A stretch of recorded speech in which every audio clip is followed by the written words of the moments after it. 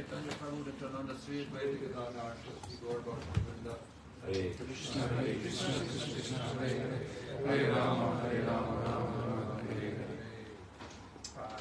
So, some people are interested in history. Някои хора се интересуват от история. And some people are not. А други хора не. So, of course, every country likes to have a long history. Разбира се, всяка страна се гордее, би искала да има дълга история. And they'll say, okay, our culture is 2,000 years old, which is 3,000 years ago. We've got structures here from 5,000 years ago. We found these things. И те казват, нашата история на 2000. Правят археологически разкопки, намират различни неща, казват, виж какви неща тук сме имали в миналото, виж какви неща ние сме имали. Of course, in the modern world, culture and would say past does not seem to be very important because things change so fast. В днешно време, разбира се, ролята на историята и на миналото не е толкова важна, защото нещата в днешно време се променят много бързо. И неща, които 20 години назад са били много важни, в днешно време са напълно безполезни.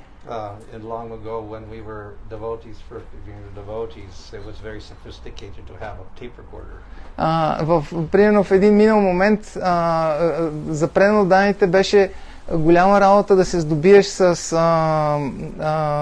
касетофонче някакво, да си записваш Walkman.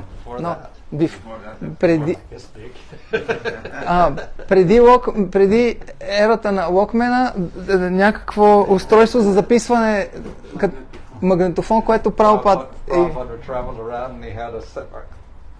и Прабхупад като пътува имал едно малко куфърче, където това устройство седи и с него всъщност с микрофон той да може да записва. И после те почнаха да ги правят все по-малки. После имаше касети, касетофони. След това тук не спряха нещата, после излязоха CD-тата.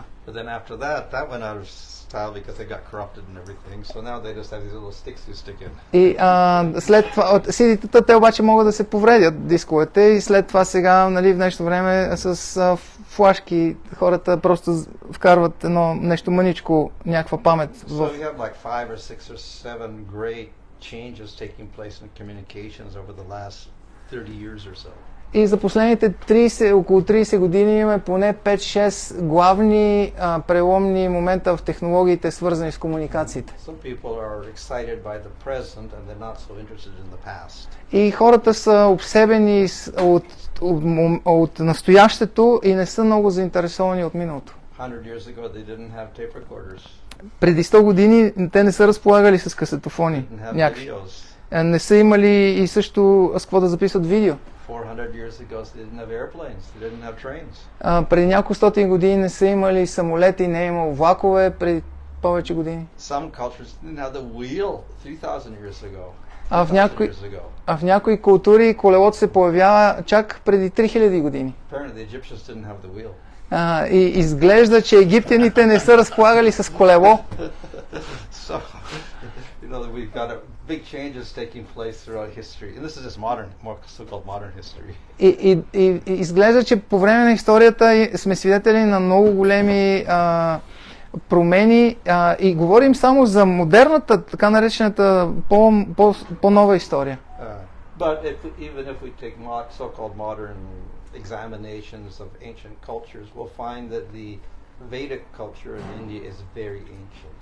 Но ако дори разчитаме на преценката на съвременната наука, пак тя заключава, че ведическата култура е изключително древна.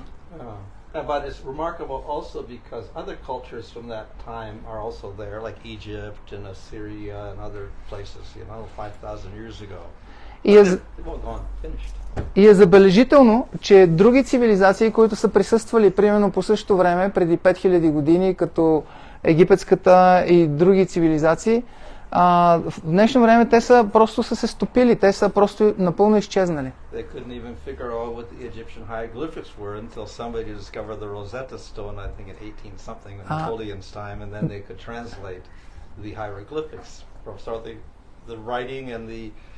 language of Egypt was lost for thousands of years. И дори езика на египтяните, техните иероглифи са били абсолютно загубени като четмо и не са били достъпни да бъдат разчитани чак до близкото съвремие, когато Розета Стоун, до времето на Розета Стоун, когато всъщност чак сега са разширявали.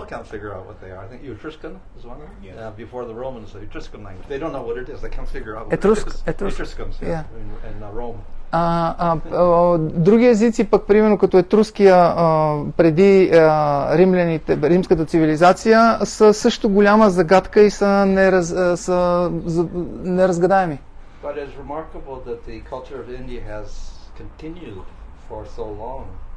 Но удивително, че културата на Индия непрекъснато продължава, е запазена за толкова дълго време.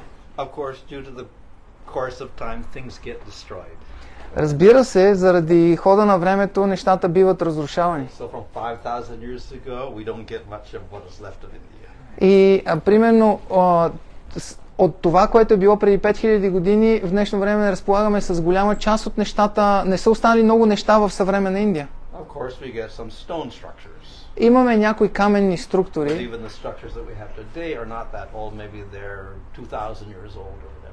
Но дори структурите, които да са останали в днешно време, разполагаме с тях, повечето от тях са не твърде стари, примерно до 2000 години, нещо такова приблизително.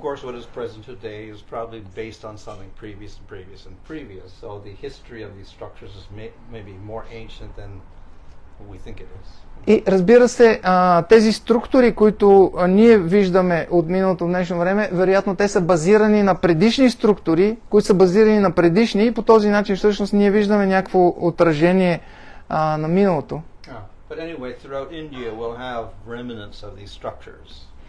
Но разбира се, навсякъде из Индия ние имаме останки от подобни структури.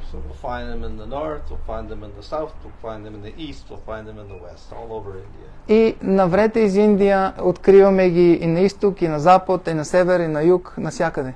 If you go up to the Himalayas, you go up to Badrinath or Mukinath, which is very difficult to get to unless we can drive there now, but before you couldn't do that. But they built temples way up there for some reason. И на изключително трудно достъпни места като Муктинат, Бадринат, разбира се, в днешно време ние използваме някакъв превоз да стигнем до там, но преди това е било свръх трудно достъпно и дори там те са построили храмове по някаква причина на такива високи места.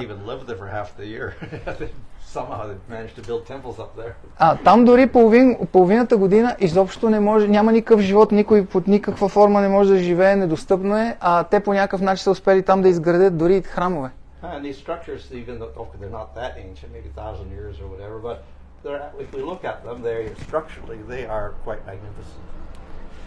Magnificent. И тези структури, които ние наблюдаваме, които не са чак толкова стари, повечето от тях са около 1000 години, но въпреки това те впечатляват. Те са наистина впечатляващи и величествени. Ето го Джаганат Пури. So interesting about this is the worship is still going on in this temple. Many of the temples no more worship going on. This one, the worship is continuing. И примерно забележителното за този храм е, че обожанието в него е запазено непрекъснато. В много други храмове вече не сме свидетели на обожание, но тук то е съхранено. А това е един от храмовете, които е споменат във всички Пурани. Това е Южна Индия. Махабалипурам. Може би 1000-2000 години стар е този. I think they have relics of trading with Rome actually. Всъщност за този храм за тази култура се знае, че са търгували с Рим. And also they discovered when they had tsunami, big tsunami, and that the waves go out or the ocean goes out, yeah. And then they discovered under the ocean there were structures, the temples popping out of the water. След едно от цунамите последните години, всъщност след това цунами, когато океана се оттегля, той е разкрил огромни подводни структури в тази област. But they can't figure out when they went underwater because, you know, the last flood or whatever was long, long ago, over 2,000 years ago, maybe 5,000 years ago or something. So when did it go under? I don't know. И те, съвременните учени не могат точно да преценят кога тези огромни структури са били потопени, заляти с вода, защото последното, за което знаете такова наводнение, голямо цунами е било преди 1000 years or something. Well, the present structures are from 2000 to 1000. Yeah, and when the last tsunami was? We don't know. Oh, that was a few years ago, yeah. Okay. Oh, yeah. 14. 1970, 80, 90 something? Oh. No, 2000 something. 2000 something. Yeah. Okay. 2003 or so. A tsunami came and then water withdrew and then we looked up. There were some temples in the water. Then they got covered up again when the water came. Да, цунамито, последното цунами, което било около 2000 година, когато водата после се оттеглила и тогава всъщност, те са видели всички тези неща, които не са знали, че са там.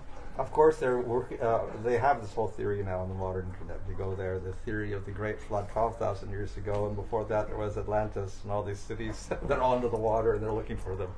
И разбира се, те имат тези съвременни теории, че при 5000 години имало голям потоп и много неща са били залети, пък преди това имало Атлантида и те сега търсят тези подземни, подводни останки. Anyway, India, of course, continued, but it gradually broke up into parts. Индия съществува, но постепенно всъщност се е разпаднала на части. И много голяма част от културата и от богатството е била загубена в този процес. И това е направило много лесно за англичаните да дойдат и да покорят Индия.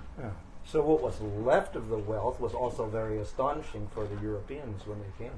И дори останките, малките на практика останки от богатството са били просто невъобразими за англичаните, когато са дошли.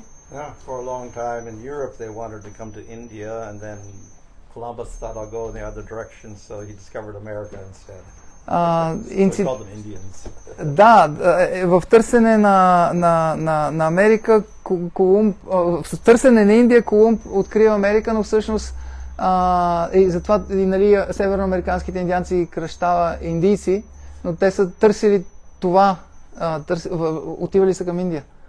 But of course Britain conquered a lot of countries, but the big country for India for Britain was India. That was the wealthy country. Британците са завладяли страни в целия свят, но голямата им находка, най-голямата им завоевание е Индия, защото това е било съкровищницата, най-богатата страна.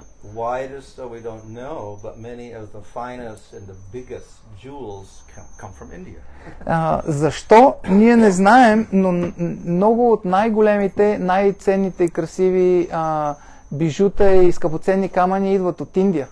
Before they discovered diamonds in South Africa, the biggest diamonds, the most famous diamonds in the world came from India. Look on the internet, you'll see all the famous diamonds, all from India.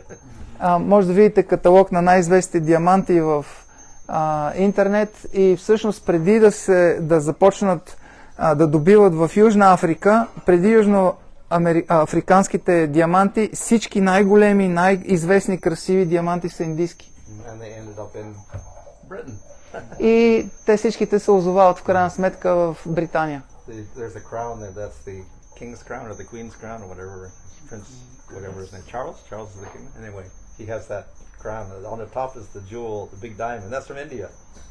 И индийската корона на английската, на великобританската кралска особа, короната, тя е украсена с този свръх диамант, известен. Is it Kohinoor? Yeah. Този диамант, той всъщност е добит от Индия. Apparently stolen from one of the temples, or one of the jewels off the deity, Durga Devi deity in a temple. И този диамант те са го откраднали от един храм на Дурга Деви, който е украсявал божеството там. That's a huge ruby, a Baroda ruby from, I guess, Gujarat or something. Това е огромен рубин, Барода рубин в Гуджарат. The Tsar of Russia, the king of Russia, so to speak, before the Russian Revolution, he had this scepter. On a big top was a big diamond. That also came from India. И в Русия скиптъра на царете всъщност е бил също украсен с огромен диамант, който също произходен от Индия. So India was very famous for, their mineral wealth and their jewel wealth and their gold, etc. Индия била известна с своето богатство, скъпоценни камъни, злато. Around the time of Lord Chaitanya, of course, India was hardly divided up into different kingdoms, but even at that time there was still some great wealth. И по времето на Бог Чайтания Индия била разкъсана на много малки царства, но дори по това време в Индия е имало все още огромно богатство. He also apparently went to this place. Махапрабху? No, this is what we call it, Hampi.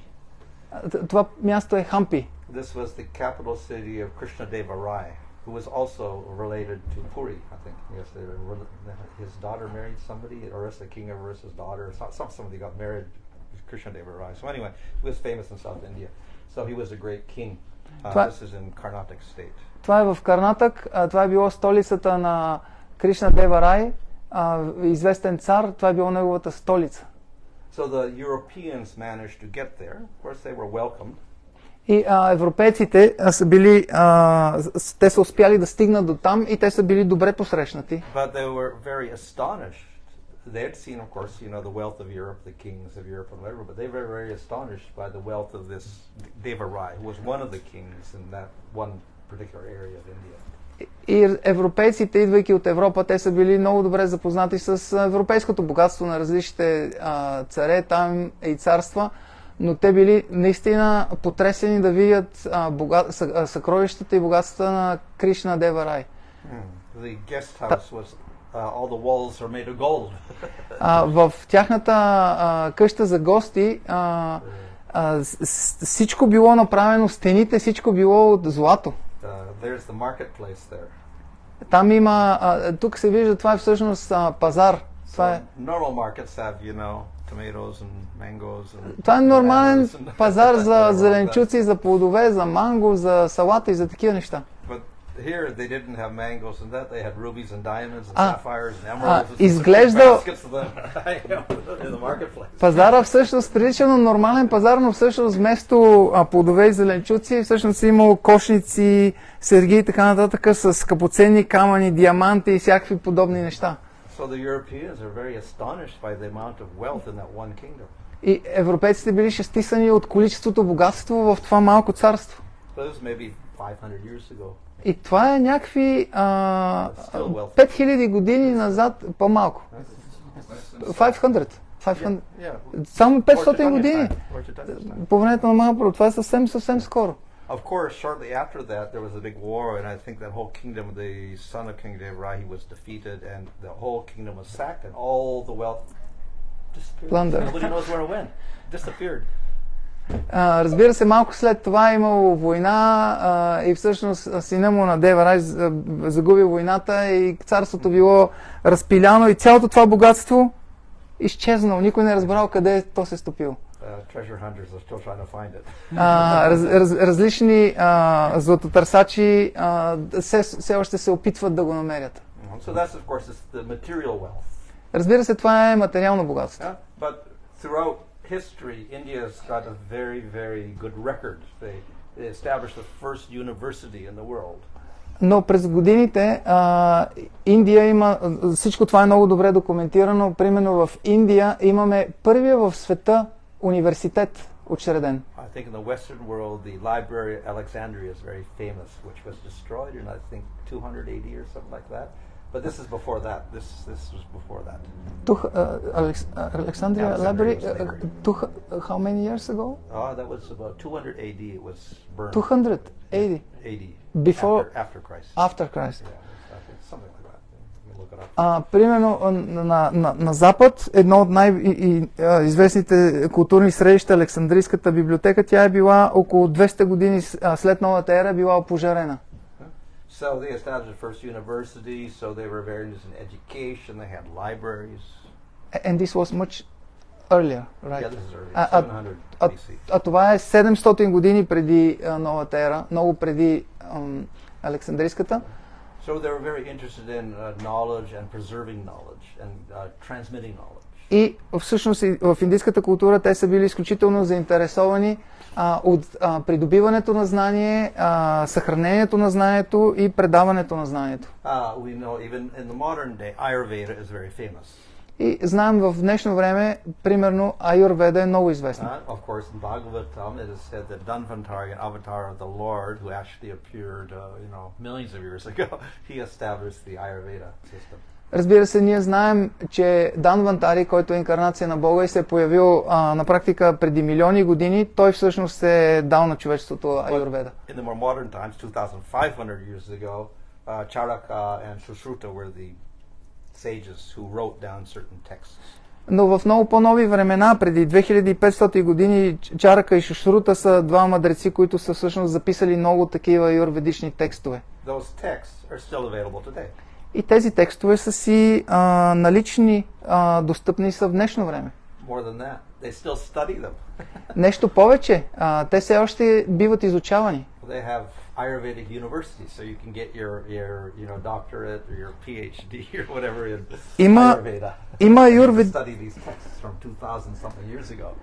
Има юрведични университети, където все още тази наука се изучава и изучава всички тези текстове, написани преди хиляди години, все още биват изучавани в днешно време. This is not the only medicine. Egyptians had medicine, Greeks had medicine, etc. But those systems never continued.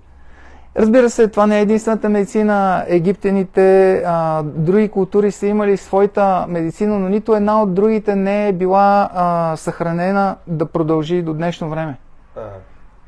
We are familiar, of course, with that medicine that used a lot of herbs. Разбира се, ние знаем, че в тази медицина се използват много билки. But they also did surgery.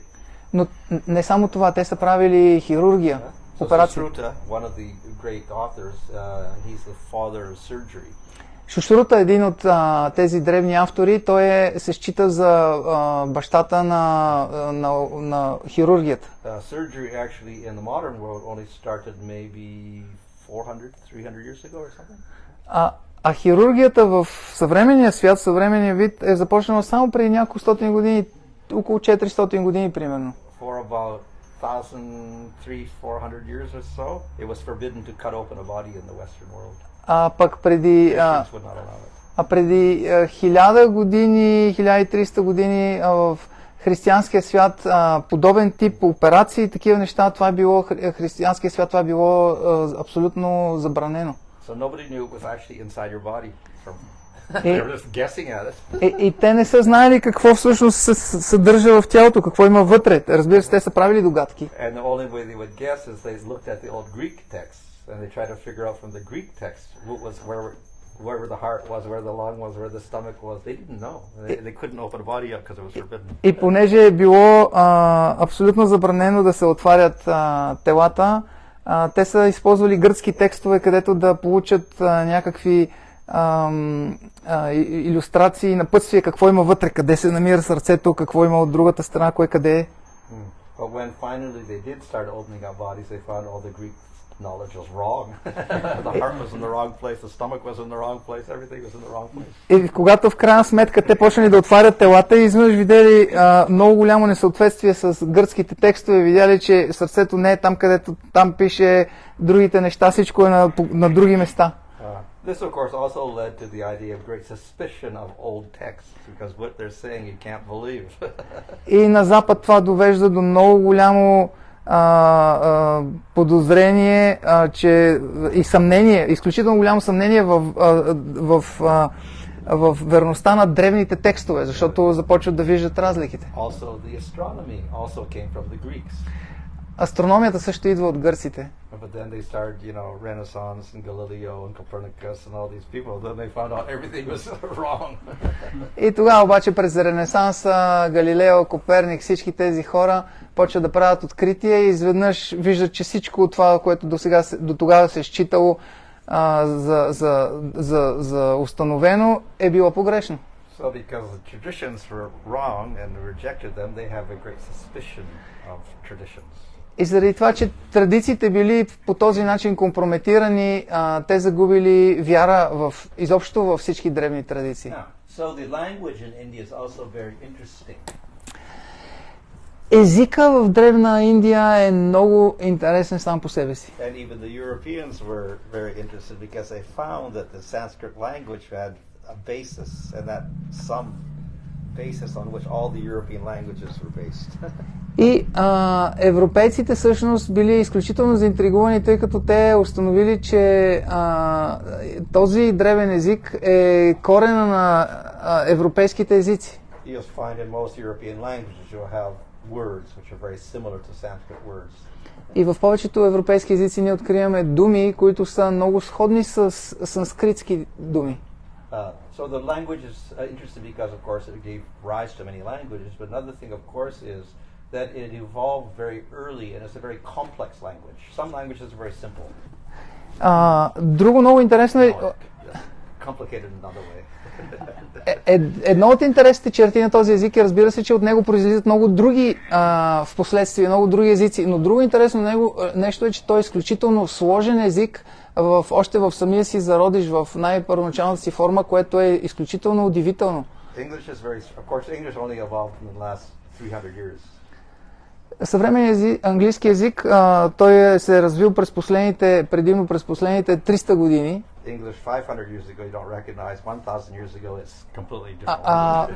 Английски от преди 500 години много трудна, много слаба сходство, а преди 1000 години абсолютно никаква прилика не разбираем за съвреме, от гледна точка на съвреме. И английски език е много... Английски език е изключително не е подреден и примерно спела на думите, как се записват, човек може да види по това да прецени. You'll find that the Sanskrit language is quite regular in that respect. The sounds and the letters are fixed. А в санскрит, например, там всичко има изключително стройно подредена структура. Всичко е много ясно и подредено. And also it's very, we can say, linguistically very complete. И лингвистично санскритски език е изключително пълен и завършен. And they have, let's say, it's complicated because they have endings to indicate all sorts of relationships between words and nouns, etc. И там също има окончания, които показват връзката между различни съществителни, местоимения и така нататък. But it was very useful because they could do at once literary things with it. They could also do scientific things with the same language. They could also do practical things with the same language. И удивителното е, че всъщност те можели този език, древен език, може да служи и за литературни цели, и за научни цели, и за ежедневни цели. За всичко това един и същ език изпълнява всички тези нужди. And in fact, because it was regularized, so regular, they could actually put everything into rules and make a whole set of rules, and you could just consult the rules and you could figure out the language by the rules. И заради това, че езика е толкова добре подреден, организиран, затова всъщност много лесно те могли да го разберат, защото в него има ясни, прости правила и базирани тези правила човек може всяко нещо да разбере. But we'll find also that the ancient texts, the majority were religious, the Vedas, 5,000 years old. И също обаче друго, което прави впечатление, че в тези древни текстове голяма част от тях са религиозни текстове. Това са ведите, те са 5000, на възраст 5000 години. There are other ancient texts like the Zoroastrian texts and things like that, maybe 5,000 years old, but these are more extensive and they have lasted and continued until the present day. Има други древни текстове, зороастрийски и така нататък, но тези текстове се отличават от другите, защото те са през цялото това време до ден днешен, те са били поддържани, изучавани и съхранени до ден днешен. Традицията продължава. по времето на читане Махапрабху те все още си говорили на санскрит. И преди 200 години пак все още си говорили санскрит. Вишванат Чакраварти Такур все още пишел преди 200 години, пишел всичко на санскрит. Дебатите между различните учени, всичко на санскрит.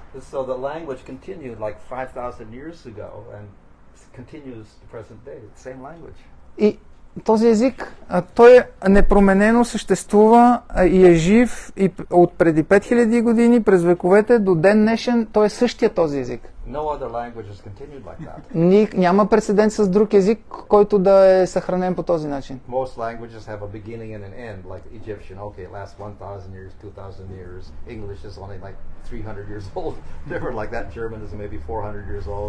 Different languages have it. They just before that they weren't there. But this language has gone on for 5,000 years. Другите, примерно египетски език, съхранен, примерно 1000 и 2000 години, колкото ще да е, немския 400 години, английския 300 години.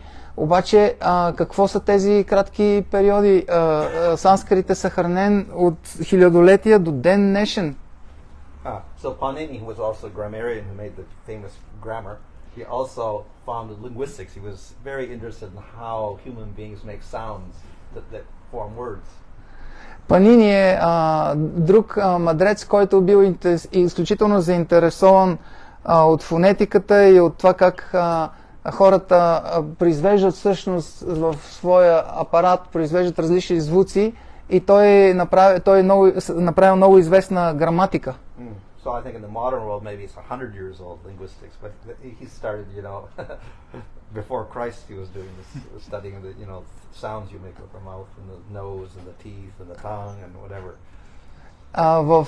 В съвременната лингвистика в съвременен си вид е просто на няколко стотин години, докато още преди новата ера Панини всъщност е изучавал всички тези звуци и цялата фонетика, цялата лингвистика в съвременен вид той е представил. So, the ancient Indians were also very advanced in the sciences. Древните индийци също били изключително напреднали в различните науки. So they were very advanced in mathematics and astronomy. Те били много напреднали в математиката и в астрономията. Like all ancient cultures, they were very interested in looking at the stars and the planets. Както всички древни култури, те били изключително очаровани да наблюдават небето и да наблюдават планетите и звездите. Yeah, we see even the most primitive cultures 12,000 years ago, or Stonehenge or whatever. Probably you got some here and there. It's big stones sticking up. Most of them are astronomical in character. И най-древните познати култури, примерно от преди 12 000 години, повече при Стоунхендж и така нататък, повечето подобни древни неща са също свързани с звездите, да наблюдаваш нещо или определени подредби на звезди, тези структури останали от тогава натрупани камъни, те са свързани с астрономията. So, they observe the planets, moving planets against the stars. Те наблюдават планетите, движещите се планети на фона на звездите. But the planets do not move very regularly. Но планетите не се движат по някакъв много проста траектория. But nevertheless, if you're very patient and you record your observations day by day for hundreds of years, you get a pattern, then you can figure out a formula to how to predict so-and-so date in the future when that planet will be in so-and-so position. Но ако си много търпелив и наблюдаваш траекторията на планетата в продължение на години, някой път десетилетия или столетия, тогава всъщност ти виждаш закономерността в траекторията и те могат да я опишат и това прави възможно да се предвиждат, да се калкулират позицията на небесните тела.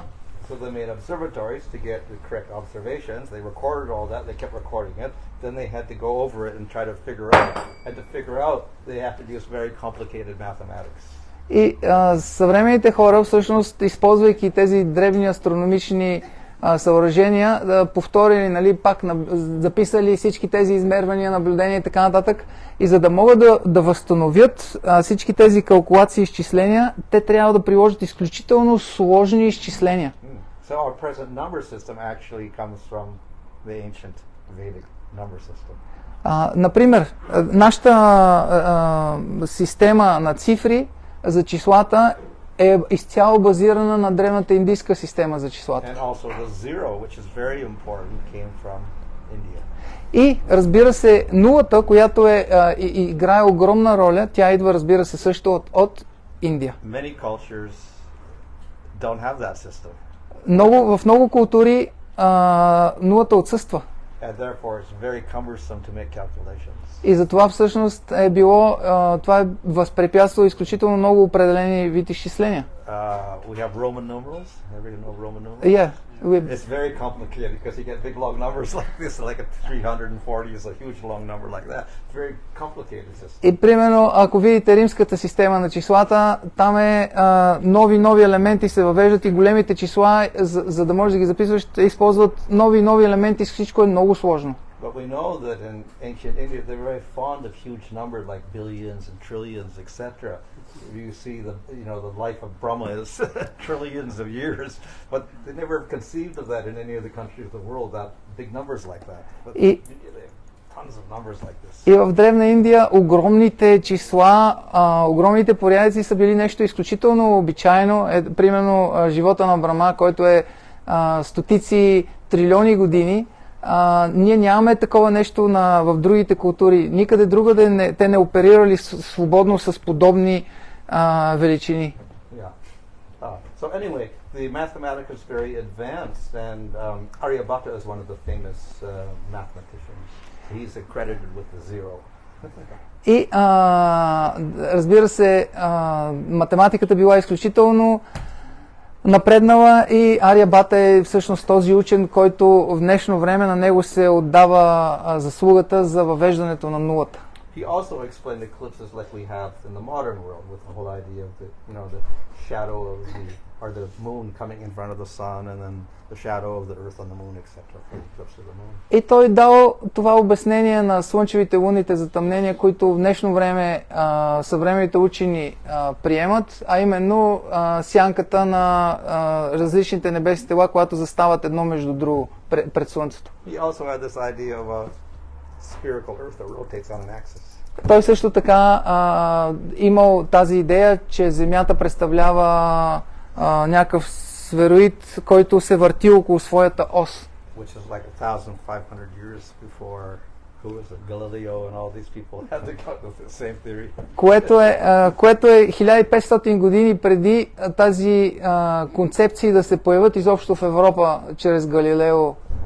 Bhaskacharya invented differential calculus and trigonometry, which you maybe study in college or something. Бхаскачария въвежда всъщност елементи на съвременната тригонометрия, която е съвременната, да. So the Indians were not just advanced in spiritual things, but they were very advanced in these material sciences also. И индийците не са били просто напреднали в духовни науки, те били изключително напреднали във всички тези материални области също. But simultaneously, they had a highly developed spiritual science. И едновременно, разбира се, те имали изключително развита и духовна наука. As I mentioned, the Rig Veda is one of the oldest religious texts in the world. Както, например, споменах Риг Веда, която е един от най-древните религиозни текстове в света. But it's not only the Vedas. Besides the Vedas, there are the Puranas, and the Smritis, and the Pancharatra, and Mahabharata, etc. Many different literatures. И разбира се, не са само ведите, това са и Пураните, и Махабарата, и Панчаратра, и толкова много други писания, огромен обем. And it's not just one book, so many books. И това не е една книга, а това са много книги. Even the Vedas is not one. There's 4 Vedas. И дори Веда не е една книга, те са 4 веди. And each Veda is also very big. А всяка една от тези 4 веди е огромна. Each Veda has 4 parts to it also. Всяка веда има своите 4, разделен на 4 части. So it's just the Vedas itself is huge, and that's the 5,000 years old. Само да изолираме ведите, те вече са огромни и това е на 5000 години. Of course, Vedavyas, who recorded and divided the Vedas up, he thought it was too difficult for people, so he wrote simpler works. И разбира се, Ведавяс, който е този, който е разделил Ведата на части, той мислил за съвременните хора, че това ще им дойде в повече и той написал допълнителни по-прости творби. Yeah. So one of the works he wrote is the Mahabharata. Едно от неговите произведения, което той написал, е Махабарат. But this also is very huge. Но и тя е доста голяма. Probably you're familiar with some of the epics in the Western world, Iliad, Odyssey, Homer's. Absolutely, yes. Oh yeah. They're like this compared to.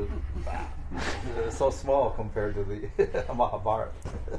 На Запад всички сте чували за тези обемисти древногръцки творби Илиада и Одисея, които са с голям обем, но ако те са това, обема на Махабарата е това.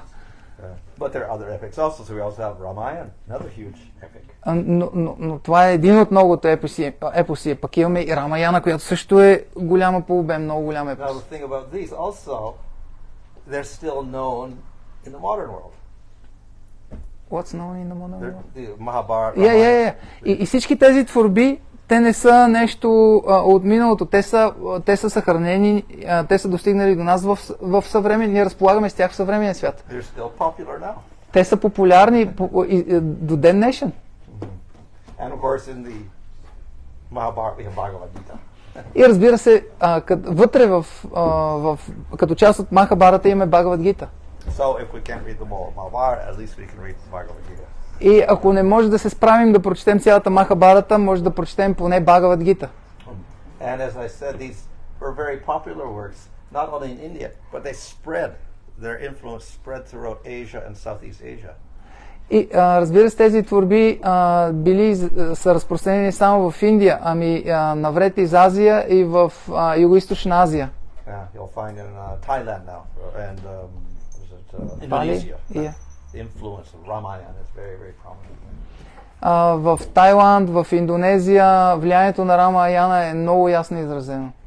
So they had the scientific culture and they also had this Vedic religious culture or spiritual culture. Така че те имали паралелно и тази научна култура и тази духовна култура едновременно. And both were very ancient. И двете са изключително древни. We think of knowledge in the modern world, usually it means science. А когато говорим за знание, в съвременния свят се подразбира наука. And modern science means what you can observe with your senses. А това, което се разбира под наука в съвременния свят е това, което можем да наблюдаваме чрез сетивата си. So in other words, it's quite limited. It's limited to gross material things. С други думи, нейният обект на изучаване е само груби неща. Тя се занимава само с много груби обекти. And in the process of developing this modern scientific knowledge, they completely rejected anything spiritual. И разбира се, в процеса на развиване на това съвременно научно знание, те отрекли всичко духовно. If you study the history of Western culture, we find that finally they started getting some. It was Dark Ages, you know, and then they developed Renaissance, and that's when knowledge started, and then the scientific revolution started. Ако видите западната култура, може да видите, че всичко е било замразено и после през Ренесанса има тъмни епохи и след Ренесанса се отприщва постепенно и започват да развиват цялата тази наука. But the result of that was that knowledge meant science and religion meant superstition. Но резултата от целият този процес е, че те смятали, че науката е наука, а пък религията е суеверие просто. And part of the reason, of course, was because of the experience with the church and the persecution of science by the church in the early days. И разбира се, фактор за това да стане по този начин е ролята на църквата и преследването, което църквата е имала спрямо научните открития. So there's been a hostility towards anything other than science in the modern world. И сега имаме тази враждебност, абсолютно отричане на всичко, което не е съвременна наука. But we see in ancient India that was not so. The science was there. The same people were the scientists were Brahmins. They were also reading the Vedas. There was no contradiction. There was no rejection. За разлика от днешния свят, в древна Индия ние виждаме всъщност как е било, не е имало това противоречие и същите хора, които са изучавали духовната наука, са изучавали и материалната наука. They didn't reject material things because they developed science, material science. Те не са отричали материалните аспекти по никакъв начин, защото самите те са тези, които са развили науката. But they didn't reject the spiritual superstition because they preserved it, they continued, and it's coming up into the present day also. So they didn't reject it at all. Но не са отрекли духовното знание, което като да го заклемат като просто суеверия и всъщност те са го съхранили и са го развили до ден днешен също. So they developed a nice balance between material and spiritual. И те постигнали един много добър баланс между материалното и духовното. And in the modern world we have this very unbalanced view where science is everything, everything else is useless. А в днешно време имаме един изключително видим дисбаланс, при който приемаме, че науката е всичко и останалите неща са несъществени. We can explain this in terms of science also maybe. Вероятно ние може да обясним тези неща също чрез помощта на науката. We think with the brain. Ние разсъждаваме с мозъка си. But it's not one brain, it's two brains. Но всъщност ние нямаме един мозък, ние имаме два мозъка. You actually have two brains which are actually completely separate. Това, което ние имаме, са два мозъка, които са напълно разделени един от друг. Те имат различни функции, изпълняват различни функции и представляват различни, имат различни личностни характеристики. Имаме ляв мозък и десен мозък.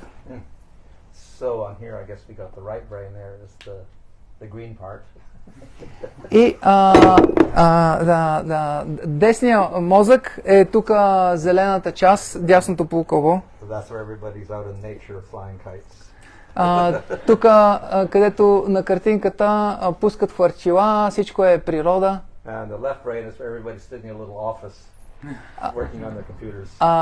Лявото полукълбо е нещо като голям офис, всеки си е седнал на компютъра. So in other words, we have a right brain which is very intuitive and creative and holistic. С други думи, ние имаме десния мозък, който е изключително холистичен, интуитивен. Does not limit itself to time and space and three dimensions, etc. Той не е обвързан с възприятието в трите измерения, с миналото, не е обвързан от фазите на времето. And then we have the left brain, which is very logical. А от друга страна пък левия мозък е изключително логичен. It likes to analyze things. Той обича да анализира нещата. Divide things up and categorize everything. Да раздробява нещата и да ги категоризира. And we limit ourselves to three dimensions. И там ние ограничаваме себе си до три измерения. The result of that, of course, is you can develop your science, with that left brain. Резултатът от това е, че човек може да развива научно знание с левия мозък. But there's also a negative aspect of this. Но имаме и негативен аспект на това. The more we emphasize this and reject the other part of our brain, then the more we limit our own identity. Колкото повече ние наблягаме на това и пренебрегваме другата част от мозъка си, до такава степен ние ограничаваме нашата собствена идентичност. So in Sanskrit we speak of the false ego. На санскрит ние говорим за фалшиво его. This means we limit our identity to this particular body. Това означава ние да ограничим нашата идентичност до това конкретно тяло. So when we concentrate with our left brain, this is what we do. We identify with this body. И чрез левия си мозък всъщност ние това правим. Отъждествяваме се с това тяло. And as a result of that, we isolate ourselves from everybody else and everything else in the world.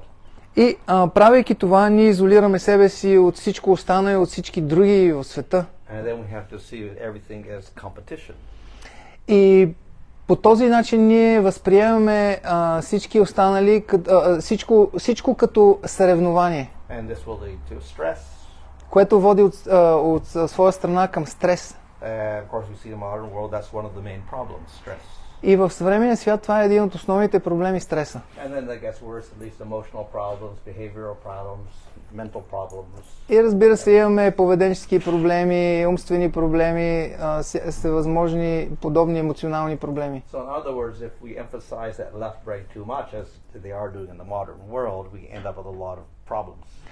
С други думи, ако ние правим това, което в нашето съвремие на практика се случва, т.е. да наблягаме на левия мозък, ние ще страдаме от много различни проблеми.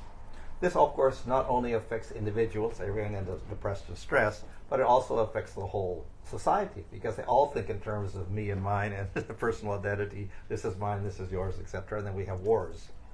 И това не влияе само на определените индивиди, влияе на цялото колективно общество. И резултатът е, че има толкова много конфликти, защото възприятието е това съм аз, това е мое, и това води до толкова много конфликти по света. So if we were to forget about the left brain, think with the right brain, how would we see things?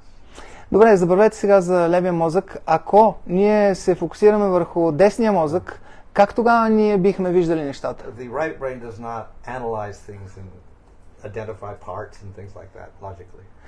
Десният мозък не раздробява нещата на части, не ги анализира непрекъснато. It will see wholes. It will perceive huge images of things. Той възприема цялостни неща и нещата свързани и цели. But it's also very difficult to communicate that to another person. Но това е трудно да бъде комуникирано към друга личност. So to do that we have to use words, and with these words use logic, and then we have to say, okay, we have to describe it by using some words. И за да направим осъществим тази комуникация, ние трябва да използваме думи, трябва да използваме някаква логика. So as a result of that, anyone who reads or understands those words may get the wrong idea. И като резултат, всеки, който чете пък тези думи и тези обяснения, той пък може да ги интерпретира погрешно и да остане с погрешна идея. So I would assume that that's why scripture sometimes becomes difficult to understand. It looks very illogical to us. И аз предполагам, че това е една от причината писанията да са станали толкова неразбираеми и толкова нелогични за нас. Те просто не съответстват на нашата представа за това как нещата стоят. In other words, we have the fifth Canto Bhagavatam gives the whole vision of the universe, and it's so outlandish that everyone, even devotees, are scratching their heads. What does this mean? Примерно в пета песен тези описания на Вселената, те са толкова извънземни, че дори примерно даните направо си чешат главата и се чуят какво означават тия неща. Описания. So speaking about a flat earth, and of course flat earth, everyone mocks the flat earth theory from, in elementary school they say previously 500 years the earth was flat and you go off the edge or whatever like that. So but Bhagavad say earth is flat. И примерно там може да се натъкнем на описания на плоската земя и всеки знае от училище как в днешно време хората с нашмешка как изучават как в миналото хората си представили до преди 500 години повече, че земята е плоска и хората се шегуват и какво плоска стигаш до края и там има един ръб, където всичко свършва. But even more outlandish things are there. Но има дори още по-шокиращо абсурдни неща. We got a series of islands which are like circles, like donuts. Имаме последователност от острови, които са като концентрични кръгове, като едни донати, все по-големи, подредени концентрични. А пък между тях има океани. There's a ghee ocean and a milk ocean, a yogurt ocean, a liquor ocean, and a sugarcane ocean. И те океани, те не са просто някаква вода. Там има солена вода, кисело мляко, прясно мляко, пък алкохоли, пък захарни сиропи и всякакви подобни субстанции. But these oceans are huge. They each is twice as big as the second one. И нещо повече. Тези океани са просто гигантски, като всеки един от океаните е 2 пъти по-огромен от предишния. And you take the whole measurement, actually it goes out to the edge of our solar system, that Bhumandala.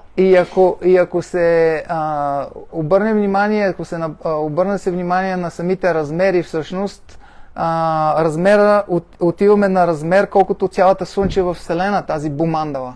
And in the center is where we live. That little dot in the center is actually this dot here. That's that little place there. And in the center of that, there's an upside down mountain. И в центъра, където това би трябвало да е нашата локация, имаме в тази малка точка в центъра, имаме една обърната с върха надолу конусовидна планина. And we're in one little corner, the one little ridge with the mountain range, the Himalayas. We're in stuck in one little corner. That's our Earth, so-called Earth. И там в едно от тия малки бубунки, което всъщност би трябвало да представляват Хималайте, там някъде е този регион, който се води нашата земя. And this mountain is bigger than our, I think 50 times bigger than our whole Earth, actually. This thingy in the middle, this mountain here. Тази планина в средата, това, което се вижда, по посочените размери, тя е 50 пъти по-голяма от цялата ни планета. Not only that, below we got some locust planets under the Earth also. Нещата обаче не свършват до тук. Под Земята пък имаме други нива с планетарни нива. And of course, above this, then we have higher and higher planetary systems. Нагоре пък имаме все по-висши и по-висши планетарни системи. So this is very, very different from our modern conception. It looks like it's very different from our modern conception. Това е много различно от модерната ни представа, или поне изглежда много различно от модерната концепция. But my proposal is that actually is because they're conveying something which, when you try to analyze it with our logical mind, it looks ridiculous. Но моето заключение е, че причината да ни изглежда всичко абсурдно е, че когато ние подходим и се опитаме да анализираме нещата със своя логичен ум, тогава нещата ни изглеждат нелепи. It's very interesting though that if we just imagine the Earth is stationary, and then we plot the course of all the planets in relation to Earth, because Earth is not in the center, whatever, then all the orbits are going to be very strange, and they'll look like this, like flowers. Ако сложим Земята, както сме си ние на Земята, от наша гледна точка, ако разгледаме небето, небесните тела, всъщност всички абсолютно движещите неща в небето от тук изглеждат, че се движат по някакви орбити и всички орбити изглеждат по някакъв такъв начин, като някакви подобни кръгови подобни фигури. And so we often find the images of the lotus used for different things. Of course, Goloka is a lotus, but even Jambudvip, the middle, with the Mount Meru in the middle is a lotus. You see in the middle there's this thing coming up, that's the Mount Meru in the middle, and the lotus are the different dvipas, or the different varshas around it. И те изглеждат като цветове на лотос, и всъщност всичките тези места са описани като лотоси. Дори, примерно, самата планина в центъра, планината Меро, тя е описана като лотос, отделните планети, острови, всичко, разбира се, Глока Вриндавана е описана също като лотос. Of course, if we look at our whole galaxy also, kind of like a lotus. Ако гледаме нашата галактика, тя също прилича на лотос.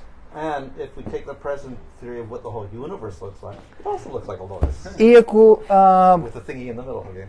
Ако видим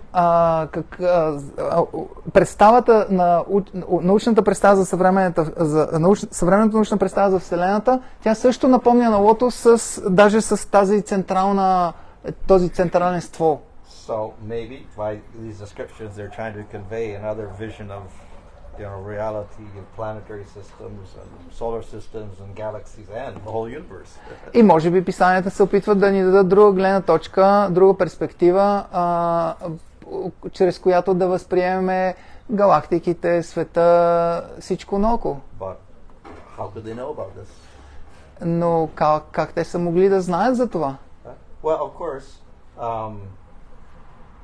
if we understand the mind, we might also understand that there are potentials of the mind that we don't know about. Ако ние започнем да изучаваме ума, ние ще разберем, че има потенциални възможности на ума, за които ние нищо не знаем. Of course, we don't know, but we have histories of yogis who can travel to other planets by their mind, etc.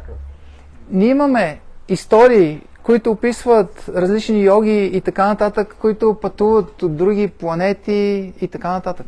However, we also know that even governments, like American government, has investigated clairvoyance and like that, and they've found that, yes, using the mind, you can go instantaneously to anywhere in the universe.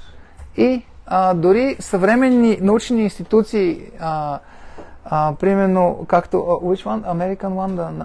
Yeah, CIA. CIA. Примерно ЦРУ, който се интересува, може да види тази информация, е доста популярна.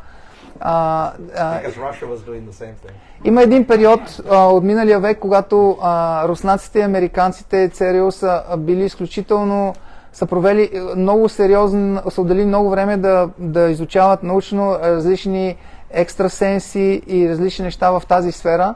И те са установили, че всъщност да, определени хора при определени условия могат наистина да наблюдават неща на други планети и подобни. Well, they wanted to use it to spy on other countries where they couldn't send a satellite or whatever. They could spy with your mind. Например, те тогава много им се искало да могат да използват някакъв шпионин, който да, нали, ако нямат сателити, за да видят какво става в другата държава, да използват някой, който с ума си да може да проникне там и да види какво става. So they did investigate this with some serious scientists, and the conclusion was that yes, it is possible to use the mind to go beyond time and space.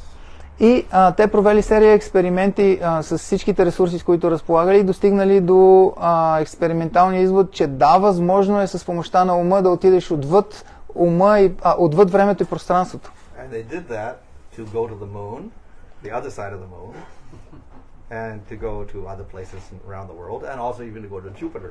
И те направили експеримент, при който с този метод те отишли до Луната, до обратната страна на Луната и дори до Юпитер. Yeah?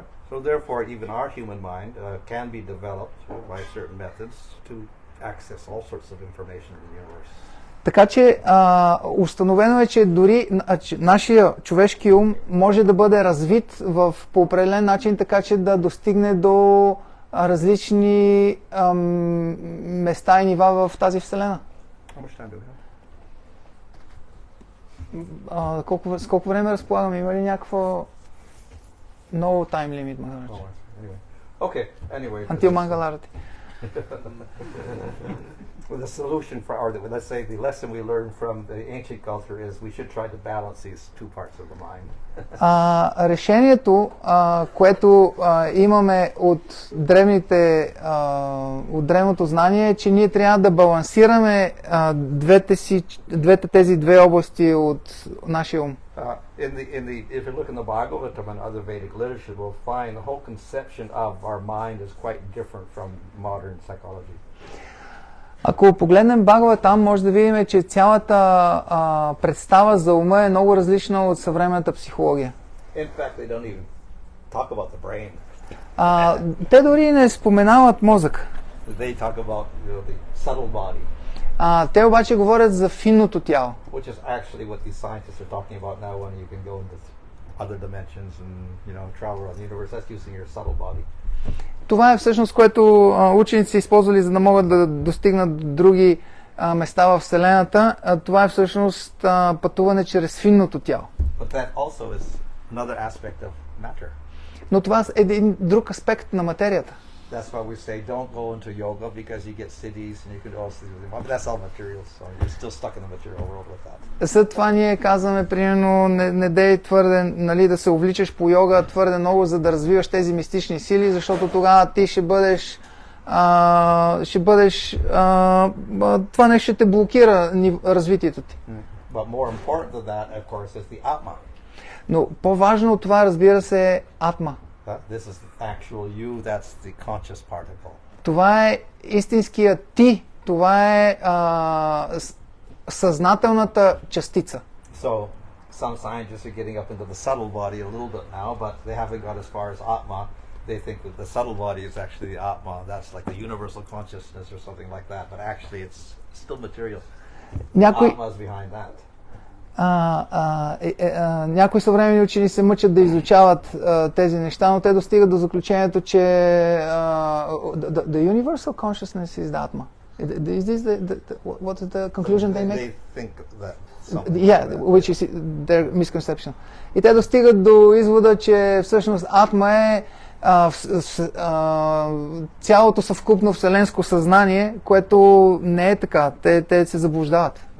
But of course the Vedas tell us that we have Atma, many Atmas, and then we have beyond that we have Supreme Lord. So we've got many levels of things that science hasn't and won't be able to tackle at all. И разбира се, от Ведите ние научаваме, че имаме много атми, отделни души, имаме и параматма, имаме и свръхдуша. И разбира се, съвременната наука с тези средства няма да може да се ориентира в цялата тази материя. So this also has some, practical application. И всичко това има, разбира се, практическо приложение. If we simply concentrate on the gross aspect of things, as modern science does, the cures for the body are going to be very limited. Ако ние се фокусираме само върху груби аспект на нещата като съвременната наука, ние се лишаваме от много възможности, примерно по отношение на лечението. Because as important as that gross body is, the subtle body is even more important. Защото колкото и да е важно грубото тяло, финното тяло е дори още по-важно. And of course on the subtle body we got the chakras and so many things. Very complicated system, just like the gross body. В финното тяло там имаме чакрите и всички други системи и то всъщност на практика е още по-сложно дори от сложното грубо тяло. But then more subtle than that of course is the Atma, the soul. Още по-финно от това, разбира се, е атма или душата. So anyway, the Vedic literature will consider all of these things, but the higher we go, the more important it is. И разбира се, във ведическата литература всички тези неща са взети под влияние, но колкото нависоко се издигаме, толкова всъщност нещата, колкото са по-фини, те са толкова и по-важни.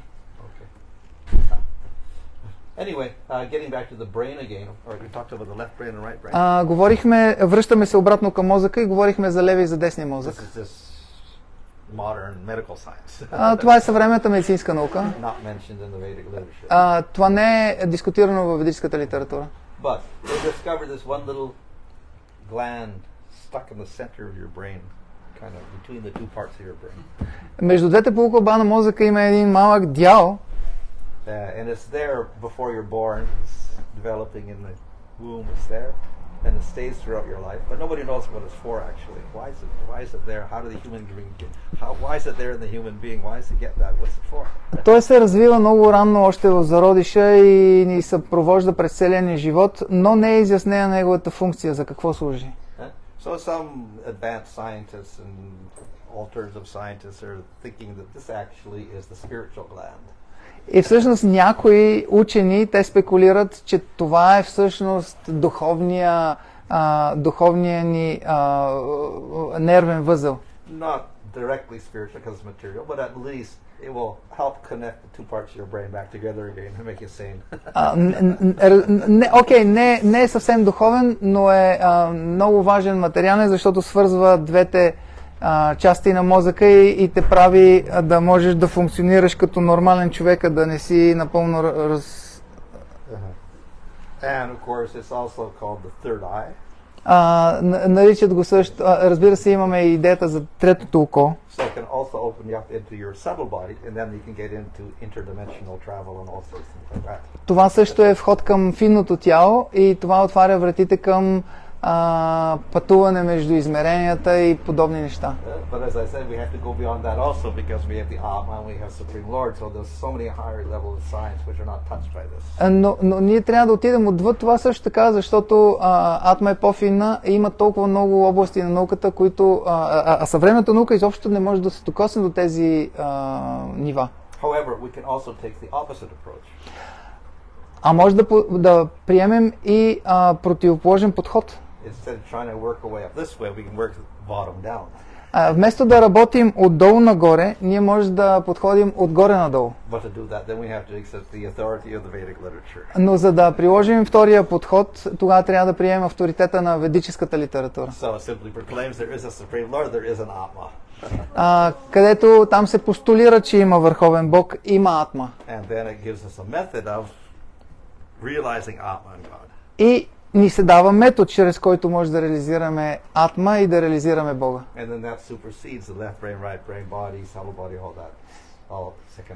И това нещо напълно надхвърля лев, ляв, десен мозък, всички тези финни аспекти. Okay, this is a little thing I put together. We have different religions of the world. Така, сега тук имаме една малка презентация, която съм загубил, относно имаме толкова много религии по света. Each has some positive aspect. И във всяка една от тях има някакъв позитивен аспект. Even Bhaktivinoda Thakur says, even these primitive religions where they're worshipping trees and whatever, there's something positive there also. Worshipping what? Trees, rocks or whatever. И Бхактивинода Такур казва, ами дори най-примитивните култури, които обожават някакви скали, дървета и така нататък, и в тях има позитивен елемент. At least they're expressing some respect for a higher power. Те поне уважават, показват уважение към по-висшите сили. And we'll see in all religions of the world they got something which we can agree with. И в всяка една религия по света има по нещо, с което ние можем да се съгласим. If we look in the Bhagavatam, we'll have a very complete conception of everything. Ако ние използваме Бхагаватам, тогава ние ще имаме една абсолютно пълна и завършена концепция за всичко. All religions do have some good points. They also have some things which are confusing and people can't believe in. Всички религии имат по някаква добра, някаква смислена добра страна, но имат и някакви аспекти, които са много объркващи. Например, много често ние се чуем защо религиите трябва помежду си да се конфронтират.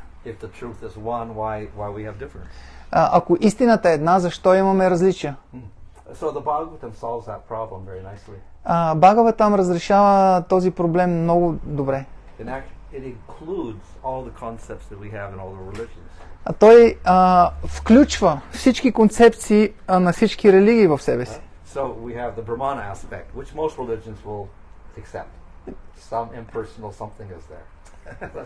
We won't give it a form. We won't want to give it a name, but at least there's something there. Okay. That's one concept of God. Имаме Браман аспекта, който повечето религии приемат. Там нямаме форма, нямаме качества, но е нещо много възвишено и повечето религии се съгласяват, че да, има нещо. Then there's, okay, we don't want to accept much of a form, but at least we'll attribute God to being a creator of something, creator of the material world. He's got all knowledge. So we give some qualities and activities to God also. That becomes Paramatma. И има други хора, които те не искат да приемат Бога на личност, че има форма и такива неща, но не могат и да отрекат, че все пак той в крайна сметка създава този свят, контролира и така нататък и придават му някакви характеристики и това е концепцията за Параматма. So we'll see that Christianity, Judaism and Islam will come somewhere between Brahman and Paramatma. И християнството, юдаизма и исляма идват някъде между Браман и Параматма. And we'll find in India, of course, Shankaracharya is Brahman, the Sandarshan is basically Brahman. И разбира се, в Индия ние виждаме, че учението на Шанкарачаря и шесте ведически философски системи, йогите, те повечето се отнасят, те приемат Браман, но през специално йогите, фокусът там е Параматма. Само вайшнавите достигат до концепцията за Бхагаван. So this is God with a particular form, attractive form, with qualities and activities with whom we can establish a personal relationship. That is the highest concept. Това е Бог, който има име, форма, качество, специфични характеристики, той е личност и с него може да установим личностни взаимоотношения. И това е най-висшата концепция за Бога. So different religions and different philosophies will be somewhere between the most impersonal to the most personal. И различните религии, световни религиозни системи, те по тази скала те те попадат някъде между най-имперсоналния вариант и на вайшнавите най-персоналния. So the Bhagavatam accepts all of them as valid. Бхагаватам приема всички тях като валидни. But of course they're not all equal also. Но те не са същевременно и равнопоставени. Bhagavan is complete, Paramatma is partial, and Brahman is even more partial. Бхагаван е пълното проявление, Параматма е частично, а пък Браман е дори още по-непълно. So in that sense, the Bhagavan accepts all these religions. В този смисъл Бхагаватам приема всички тези религии. It even accepts the other, that is below that we have worship of devatas.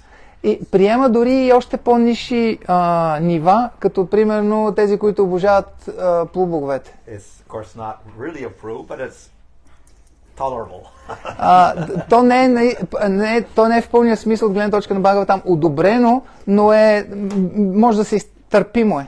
So this is the karma kanda section of the Vedas. Worship devatas, they're material entities, we get some material benefits. Това е карма канда раздела на ведите, където полубоговете биват обожавани, за да може човек да получи от тях различни материални блага. Probably this was very common before Christianity in the Western world, Egypt and all these other countries. They all had this like devata worship everywhere. И може да видим, че в Европа, специално в предхристиянската история, това е било много популярно и там има всякакви такива обожания на много богове.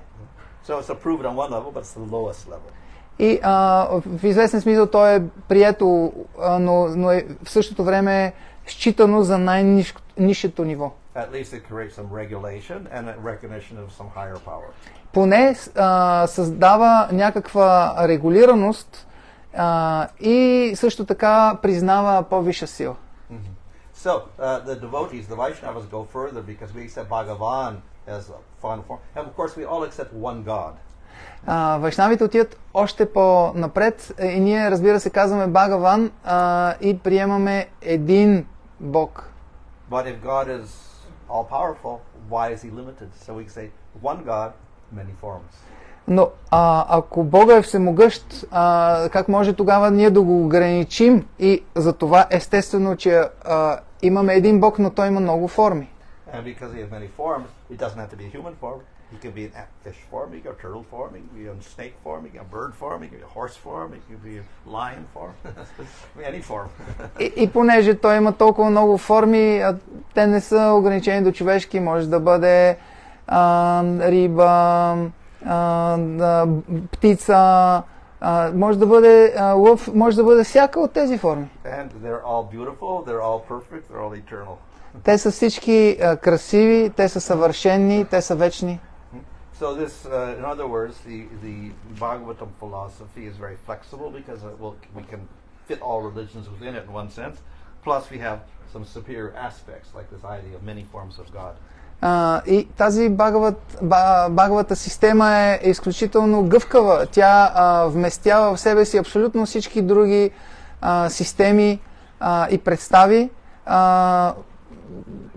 Те вземат своето място в нея. Why do we need so many forms? Защо трябва Бога да има толкова много форми? Answer is because we have many jivas and they all desire different things. И отговорът е, има толкова много живи същества, дживи, които желаят различни неща. So some like a human form, some like an animal form for God. Някои харесват Бога да е в човешка форма, други харесват животинска форма. So this fulfills the desires of the jivas. Тези форми изпълняват желанията на дживите. Okay. So of course, there is a struggle in the Western world. They can't even accept a form, but if they want to accept a form, then they give them the old form of an old man. Разбира се, на Запад там има голяма борба да се приеме някаква форма и в крайна сметка, ако приемат, окей, има форма, обаче тогава те му приписват формата на възрастен човек. But we say, of course, that God is eternally young. А пък ние казваме, че Бога, той че е вечен е, но той е вечно млад. So difficult for many religions to accept the form of God at all, but they wanted to do some activities anyway, in spite of not having a form, which is impossible to do. You have to have some form to do activities, but nevertheless, they give them some activities, but very general activities. И в много религии те се борят с концепцията, трудно им е да приемат концепцията за форма, обаче са принудени, защото все пак в крайна сметка Бога извършва някакви неща, трябва да му позволят някакви дейности, но всичко това е много ограничено, изключително ограничено. What does God do in heaven with no form? What does he do all day? Но тези дейности, които му придават, са много, много ограничени. Добре, нека да зададем следния въпрос. Какво прави Бога в небесата? Какво прави цял ден? Какво прави по цял ден наистина? Няма никъде, не се в техните писания, няма описание. Multitude activities for God. And so we have the pastimes, the lila of the Lord described in all the texts, like the Ramayana and the Bhagavata. В ведическата литература обаче изобилства с описания на лилите, забавленията на Бога в различните форми, както Рамаяна, толкова много описания и забавления. Той също така, примерно, създава материален свят, но това е второстепенна дейност.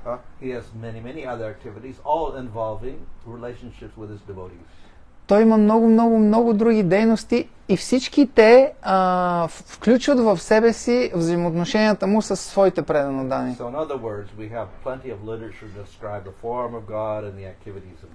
С други думи, ние разполагаме с огромен обем литература, която описва формите на Бога и дейностите и взаимоотношенията с Бога.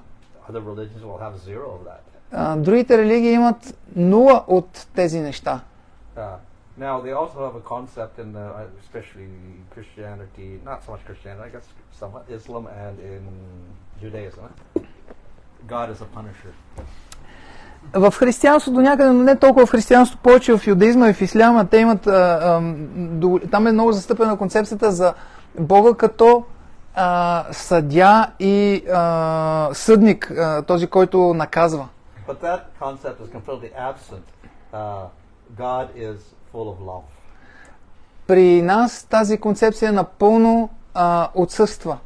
Ние имаме един Бог, който е изпълнен с любов. Our goal is prema. Prema is highest spiritual love. А нашата цел е према.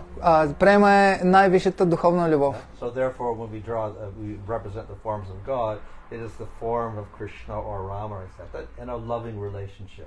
И затова, когато описваме формата на Бога, всъщност най-висшата форма е Кришна или Рама, и които те са изпълнени с любовни взаимоотношения.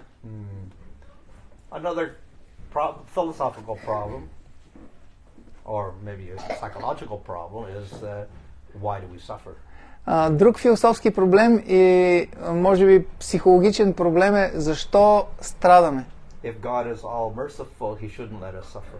Ако Бог е всемилостив, той не би трябвало да допусне нашето страдание. So in the modern world especially, a lot of people have this problem, and therefore they reject religion because of that. И в съвременния свят много хора се сблъскват с този проблем и затова те отхвърлят религията. And even the priests and the theologians cannot answer that question. И дори много свещеници и теолози не могат да отговорят на този въпрос. But there's a very simple answer if we accept rebirth and the law of karma. Но отговорът е толкова прост, ако приемеме прераждането и закона за карма. The suffering is not caused by God, it's caused by our previous activities. Страданието не е причинено от Бога, причинено от нашите предишни дейности. In other words, we are responsible for our present. Или We're also responsible for our future by our activities. Или с други думи, ние сме отговорни за нашето настояще и ние сме отговорни за бъдещето си чрез нашите дейности. Единствената отговорност на Бога е, че Той е установил законите. Но отново, законите, които Той е установил, са много справедливи.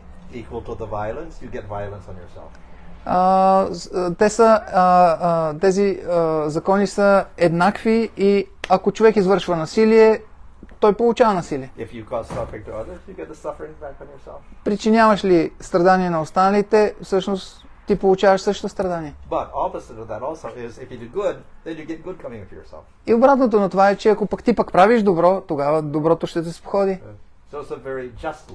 Така че това е един много справедлив закон. И никой не може да го избегне. So, of course, in the Western religions is a problem because you only have one life and that's it. И разбира се, в западните религии там се сблъскваме пак с проблем, защото имаме един живот и тук свършват нещата. That would make God very cruel because you get one chance, you make one mistake, you're finished. That's it. Nothing. Което превръща Бога в много жестоко същество, защото той дава един единствен шанс и ако се провалиш, край.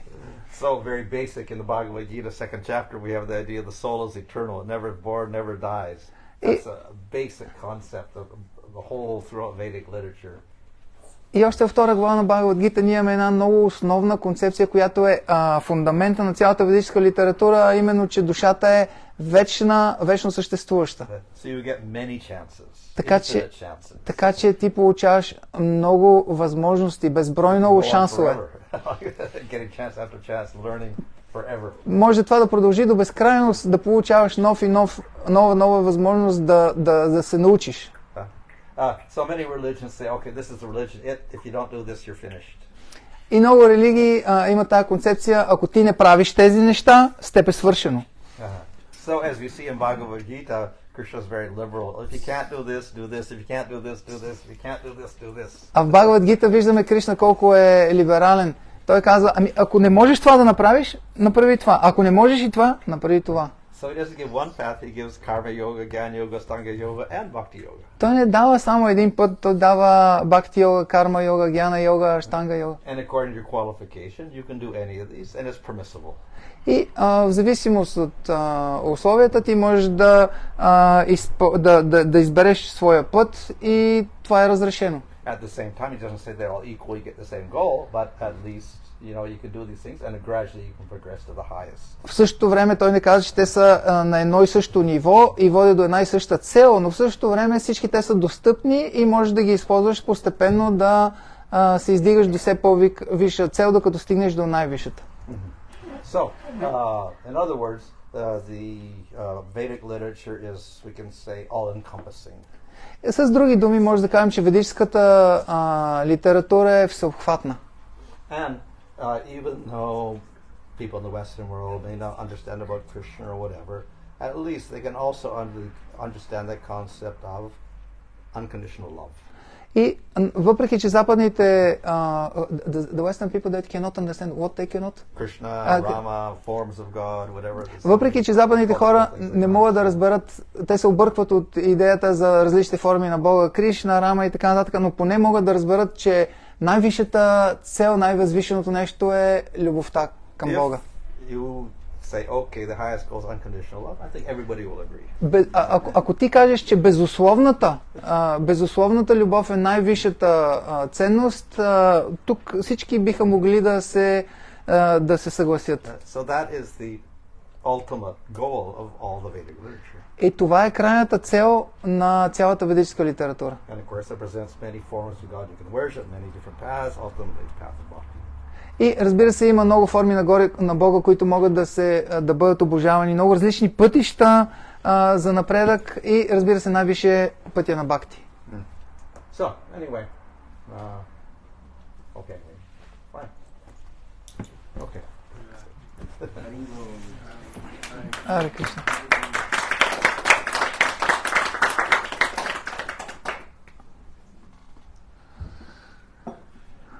Въпроси? Few things I wanted to ask. One thing was, at some point you mentioned that we can find parts of the Vedic culture in the countries around India. Can we say that this means that at some point the culture was spread and practiced in these areas also? Like that was kind of part of India also? Махарадж спомена, че части от тази древна ведическа култура могат да бъдат намерени и на други места около Индия, като Тайланд, например. И дали това показва, че всъщност тези места също са били част от тази древна цивилизация, ведическата цивилизация? So I think in Cambodia and Indonesia, the kings were actually Vedic kings, Hindu kings. Мисля, че в Камбоджа и в Индонезия всъщност царете в миналото са били ведически царе. Even I think Malaysia was also there. Thailand, I don't know. Were they Hindu kings also there? Probably. Okay. So it was established by these kings. Малайзия също, тези култури са били установени от ведически царе.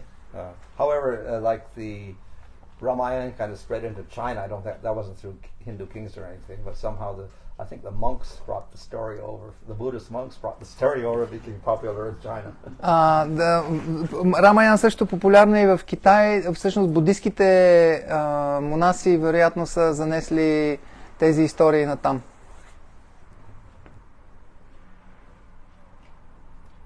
One more thing about Bharatavarsha.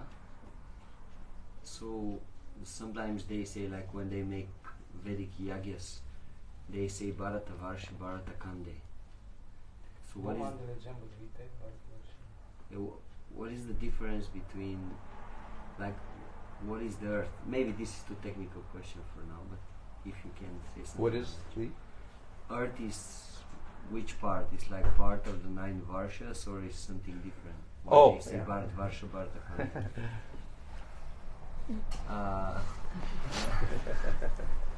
В един момент говорихме за ведическата космология и обикновено, нали, се казва, че в най-вътрешния остров има 9 части и Земята е една от тези 9 части, Бхаратаварша, обаче в ведическите яги се споменават 2 места, Бхаратаварша и Бхаратаканда. Каква е разликата и кое всъщност е Земята от тези? So one idea is the other Varshas are actually heavenly kingdoms. They are Bhoma Svarga.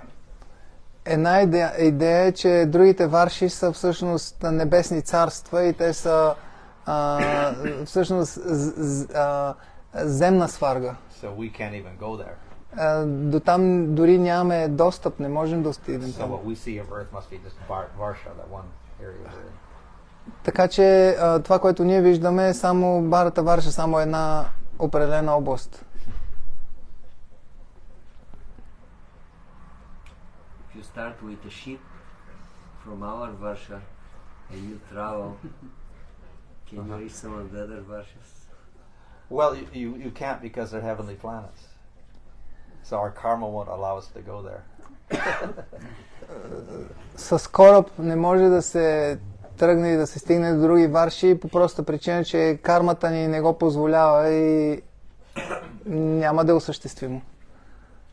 So we have like a two-dimensional diagram like this. We put the Varshas here and Mount Meru in the middle, but it may not be like that. Ние имаме една That's a two-dimensional concept in our mind. Това ние си имаме една двумерна представа, една диаграма за варшите как са разположени, но всъщност измеренията може да са... Това си е само представата в нашия ум, двете измерения, но те може да са повече. Just like you can go to the moon planet in a rocket ship or send up a probe, but you can't access the Svargaloka aspect of it that way. Както примерно с някаква ракета или с нещо можеш да отидеш примерно на Луната, но не можеш, нямаш достъп до сварга аспекта.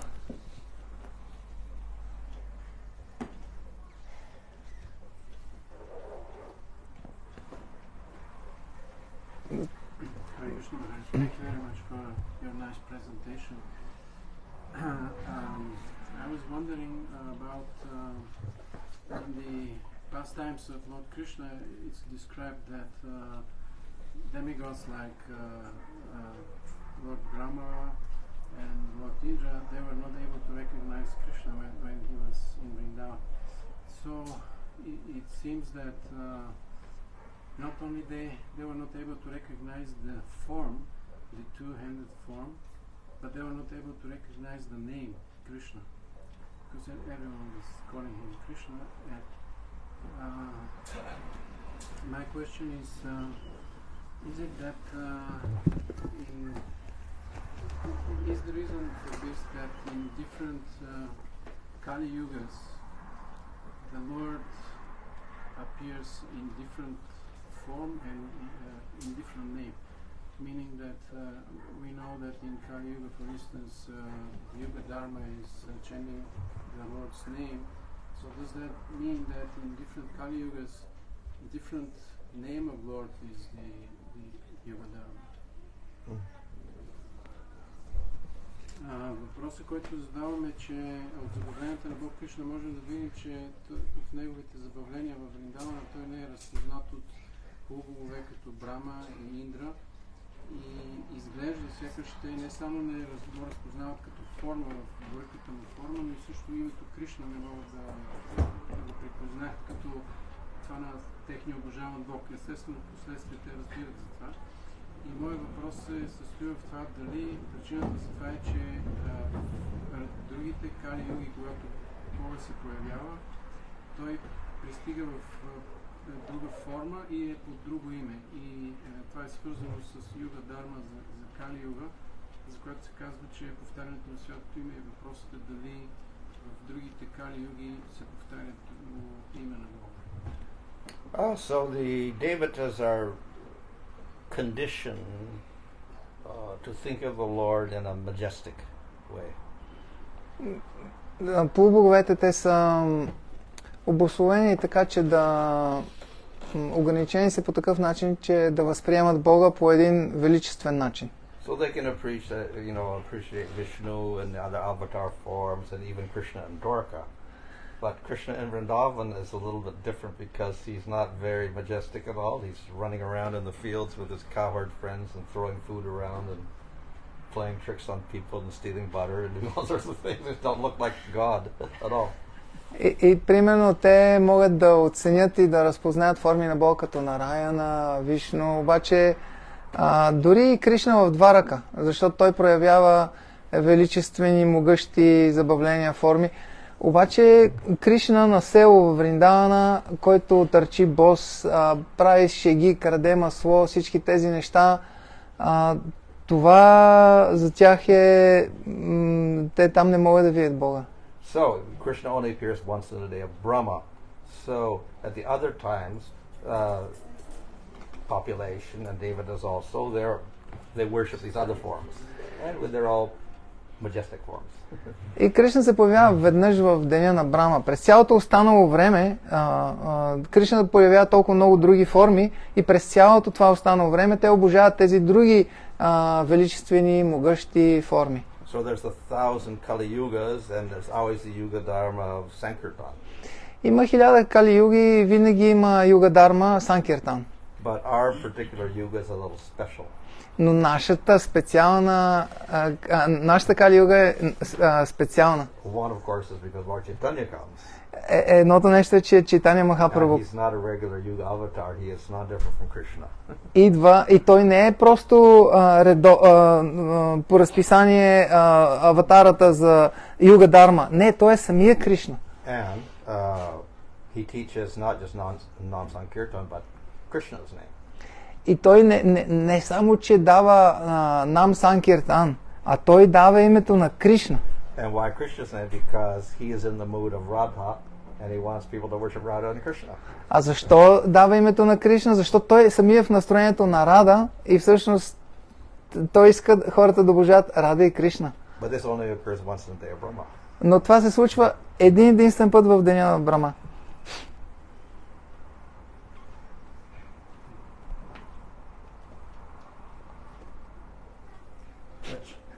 По-смело. About this concept of having one God with many forms. Yeah. Maybe many people will say, well, this sounds like having many gods. Mm-hmm. Because they look so different. So maybe they are different personalities. Mm-hmm. How to explain to the people. Говорихме за тази концепция, как един Бог се проявява в множество форми. Много хора може да имат трудност в това нещо и да кажат, те са толкова различни, това си различни личности, различни богове. Well, there's no way of knowing except by scripture. Няма начин това да бъде разбрано, освен чрез писанията.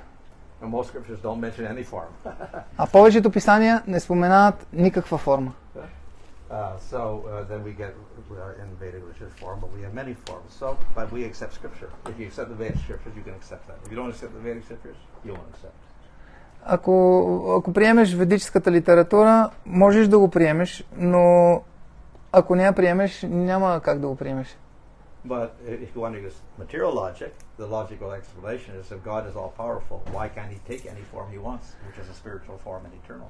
Но ако човек иска да използва материалната логика е, че ако Бога е всемогъщ и е върховен, защо да не може да приеме всяка една форма? Той не може да бъде ограничаван, иначе не би бил всемогъщ.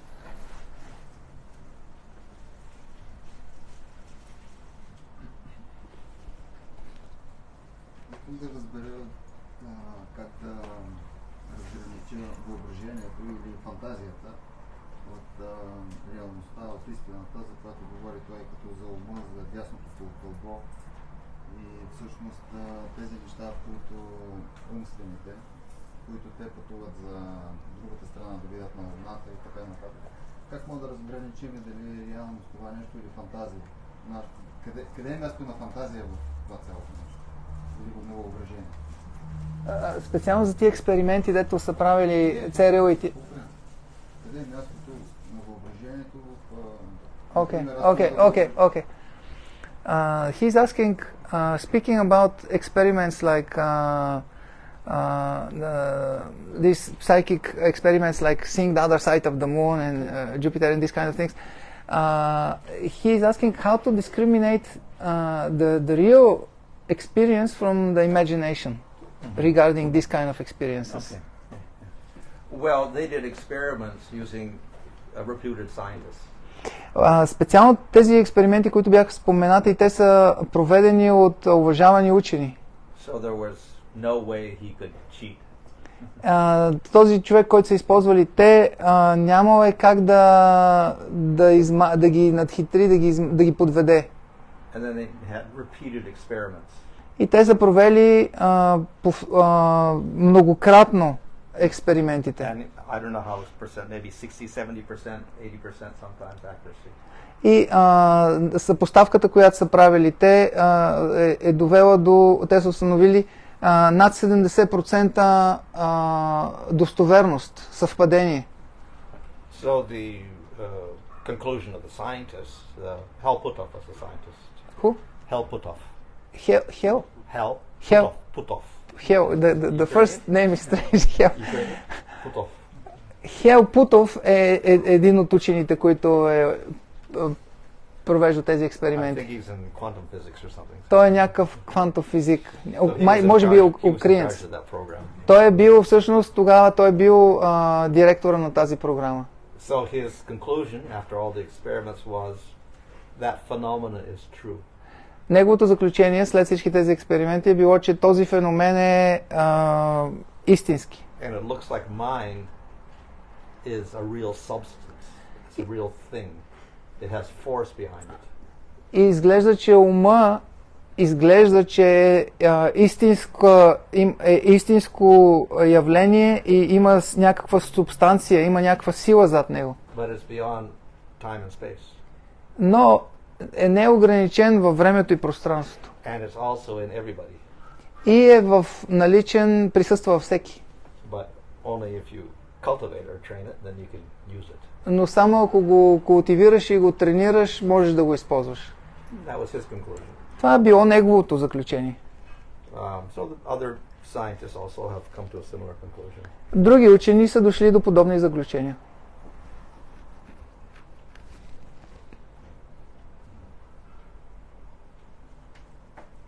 Hare Krishna Maharaj. In your presentation, you spoke about the two brain hemispheres, the left and right, and their different natures, and that if we focus only on one of them, this will create certain distortion. And you mentioned that the solution is to find the balance.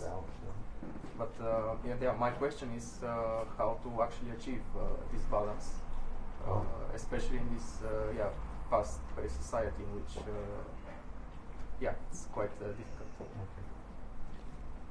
Да, въпросът ми към Махарадж е, в лекцията си той спомена за природите на лявото и дясното полукълбо и че ако се фокусираме да развиваме само едно от тях, това ще породи смущение и че решението е да намерим баланс между развиването на двете полукълба. If you want a medical solution, you stimulate your pineal gland. Ако искаш медицинско решение, тогава отговор е стимулирай сега някой да помогне пинеалната жлеза. They have vibrations now, so many hertz, I don't know which one it is, for stimulating. No, that's not pineal. Pineal gland is something else, but you can stimulate it with a certain frequency also now. Sound frequency. Yeah. Има различни идентифицирани звукови честоти, които стимулират различни дялове от мозъка и има такава честота, която отговаря на пинеалната жлеза да я стимулира и може с това да си я масажираш. But the common solution for most people, they say, is meditation. Но обичайното средство за повечето хора е чрез медитация. They also found that they're doing this what we call clairvoyancing stuff in the research they were doing with Halputov. They discovered that if you practice meditation, you're better. You can start traveling like this. И този Хел Путов, който е правил тези експерименти по това време, той също достигнал до същото заключение, че чрез медитацията човек може да развива, да тренира и да усили още повече въпросния ефект на тези екстрасенси. So, some of the people who are in the military, they came out of the military, now they have training programs where you can learn how to use your mind like this. Някои от тези бивши военни служители, те сега вече не са на активна служба и някои от тях организират различни програми, базирани на това как да си тренираш психиката за такива работи. Но като част от програмата, първата стъпка е да се научиш да медитираш. So meditation will do it, definitely. That's why, of course, we say open the third eye. So, the yogis, they open the third eye by meditation. Медитацията, разбира се, е решение и затова се казва отвори си третото око, йогите си отварят третото око. But as I said, the other way is you go top down. That's how we do bhakti yoga. Разбира се, другото решение, ако подходим отгоре надолу, е човек да практикува бхакти йога. So by bhakti yoga, we're actually stimulating the jiva, the atma. Чрез бхакти йога ние стимулираме джива, душата, атма. А тя стимулира всички други системи, пинеалната жлеза и левия мозък и десния, всички полукълба и всичко. Може ли да сподели подаръка, един от подаръците, които се предполага, че Кришна е дал на него като вау изживяване? Просто да ни сподели негово душевно, ментално изживяване, което е изживял. И така да ни вдъхнови нас. Can you share your personal wow experience regarding some revelation or something so that we can, all of us, we can get inspired? Revelation about what? В каква насока wow преживяване? 3-4 пъти изживявам нещо уникално, което не искам искам непрестанно да се случи, но ми се случи 3-4 пъти в последните няколко години.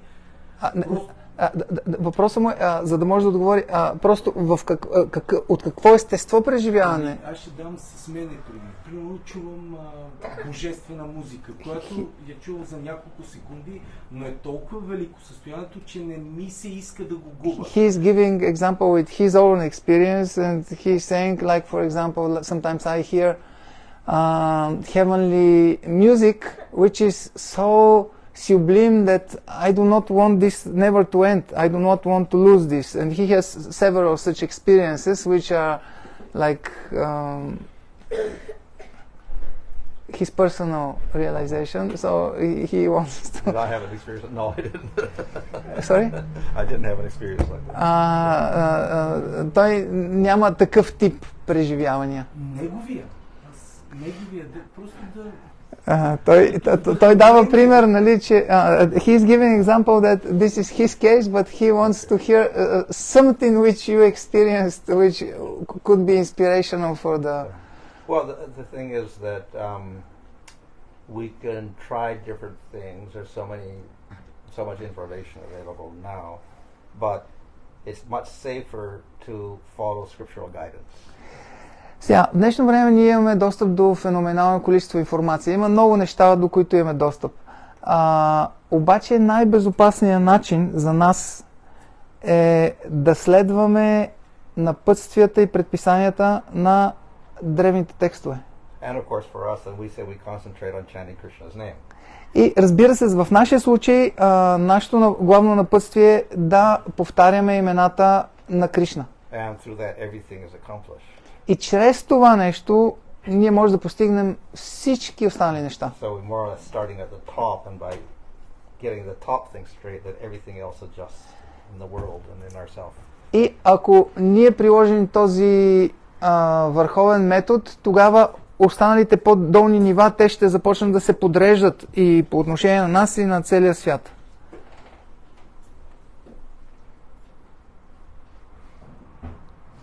Не разбрах нещо. В смисъл, аз съм сигурен, че той изживява и изживява страхотни...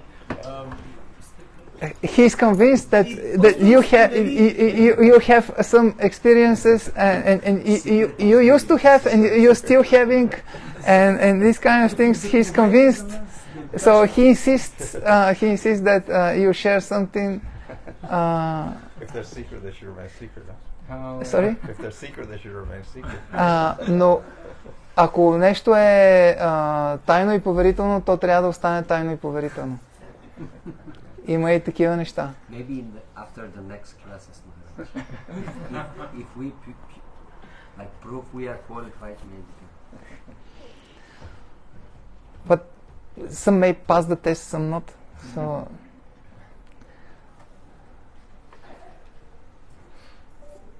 Okay. Apparently. Hare Krishna. His Holiness Bhanu Swami Maharaj. Jai.